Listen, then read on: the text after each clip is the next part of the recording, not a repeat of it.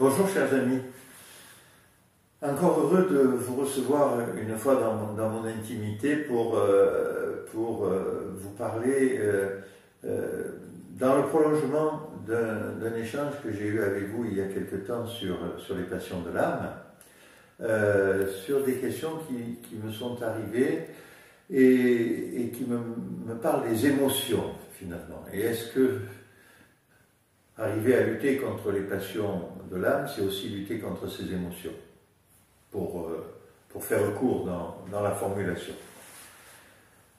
La lutte contre les passions, c'est pour arriver à la paisibilité intérieure. C'est-à-dire ne pas se laisser influencer, ne pas se laisser guider dans notre vie au quotidien, par des choses qui sont enfouies en nous profondément, qui sont constitutives de notre nature humaine, qui sont la conséquence de l'exil d'Adam, c'est-à-dire de la sortie du paradis terrestre et de notre condition humaine, mais qui, si nous sommes dominés par elles, font de nous des êtres qui ne sont pas de très belles personnes, mais surtout des êtres qui vont être en grande difficulté pour vivre selon les paroles de l'Évangile, pour dire les choses simplement. Les émotions, l'émotion du beau, l'émotion amoureuse, toutes les émotions que nous croisons, la joie et bien d'autres, ce sont des choses qui appartiennent à notre nature humaine aussi, mais qui font de nous des êtres vivants. Nous sommes vivants parce que nous aimons, nous sommes joyeux. Nous sommes vivants parce que nous avons un regard tendre sur l'autre, dont nous savons qu'il est un peu en souffrance, mais que notre sourire ou notre regard va aider. Nous sommes vivants parce que nous aimons de certains morceaux de très belle musique qui nous touchent, qui nous apaisent et qui nous donnent envie qui nous élèvent d'une certaine façon. Voilà. Alors, c'est vrai qu'il peut y avoir entre certaines passions et certaines émotions une forme de connexion. On peut imaginer que quelqu'un qui aurait des problèmes d'une trop grande attirance pour le sexe opposé qui le conduirait à avoir une forme d'inconduite, il va avoir quelque chose qui en lui va parfois le déstabiliser pour justement le faire tomber dans sa passion. Mais c'est pas ça, c'est juste sa passion, ça. On parle pas d'émotion là, on parle de sa passion et de son incapacité de se dominer suffisamment pour être un homme, c'est-à-dire pour se tenir droit finalement. Vous savez, on dit souvent dans la tradition orthodoxe que notre position verticale, c'est parce que nous avons les pieds dans la boue de ce monde, dans la boue de nos passions, dans la boue de nos faiblesses humaines, et nous sommes droits parce que nous avons la tête tournée vers le Seigneur. Et c'est lui qui nous tient droit, sinon nous nous vautrons, comme on dit, nous nous vautrons dans l'immensité de nos faiblesses humaines. Enfin, pour certains sans doute, pas pour tous. Et puis, rassurez-vous, on n'a pas tous exactement les mêmes, donc tout ça est assez bien partagé. Donc, les émotions, c'est quelque chose d'important. Dans certaines traditions, par exemple, je sais que même les émotions sont interdites. Et donc, l'homme parfait, c'est celui qui n'éprouve plus rien. Ça, c'est pas l'homme orthodoxe, ni la femme d'ailleurs, rassurez-vous.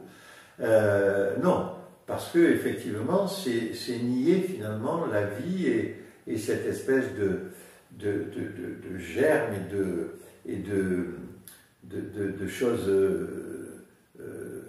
brillantes, vacillantes comme ça, qui montent et qui fait de nous des êtres de chair.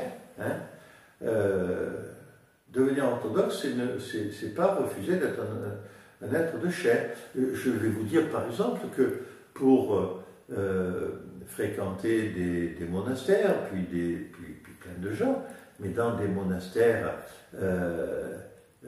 on rigole.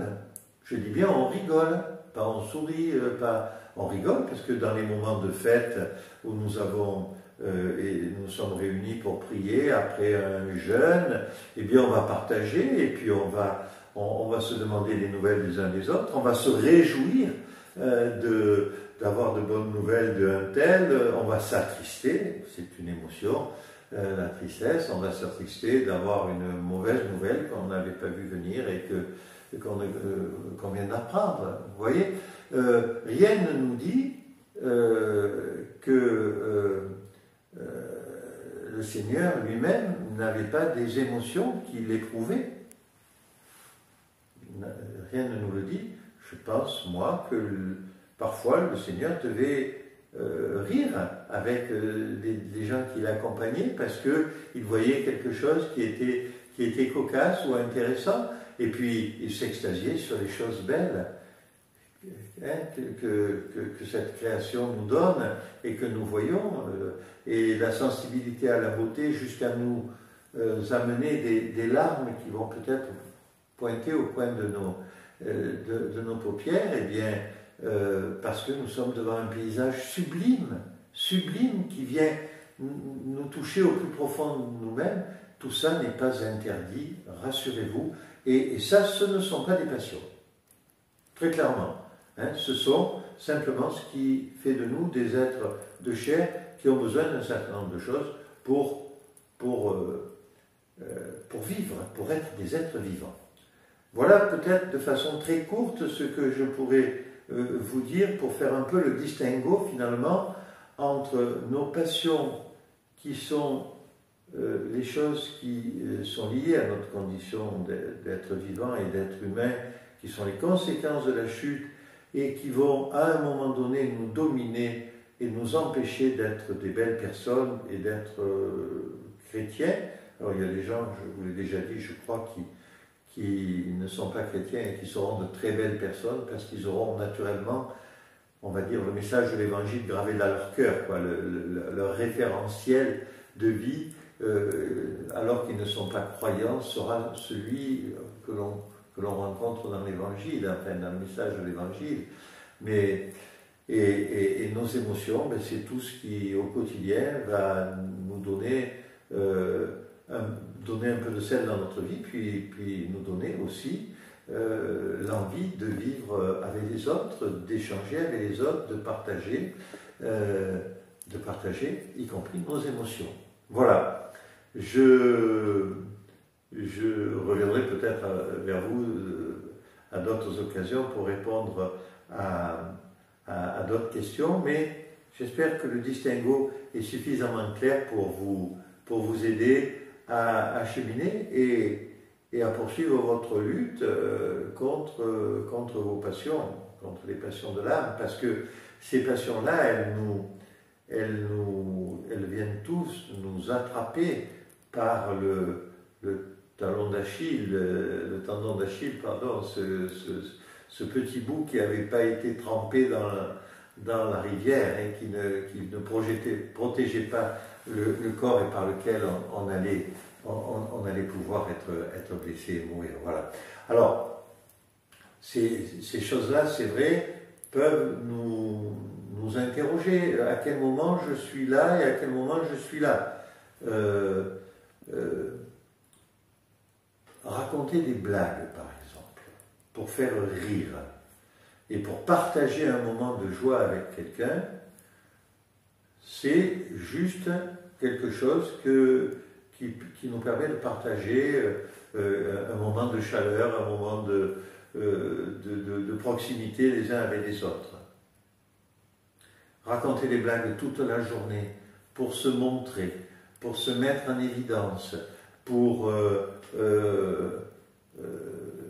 bien asseoir le fait que nous sommes quand même un peu au-dessus des autres, que l'on sait faire et dire des choses que les autres ne savent pas faire ni dire, ben, c'est rentrer dans notre passion d'orgueil et prendre le risque de nous y noyer. Alors, je mettrai un hiatus, sauf peut-être pour les gens qui en font un métier, parce que c'est leur métier, et ils vivent de cela. Hein, et c'est un choix qu'ils ont fait.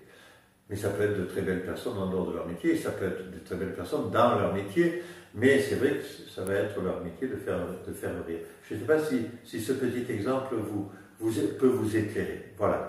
Je vous souhaite une bonne continuation sur votre chemin de lutte, et puis de grands moments de joie et de plaisir quand nous éprouvons au fond de nous quelque chose qui est beau, qui est grand, qui est juste, qui est joyeux.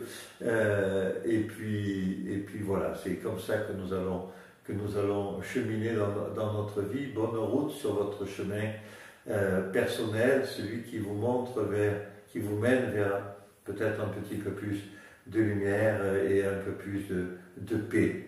Et puis si vous êtes heureux de nous voir, faites-nous un petit signe d'amitié. Ça se traduit comme ça en moderne maintenant. Voilà.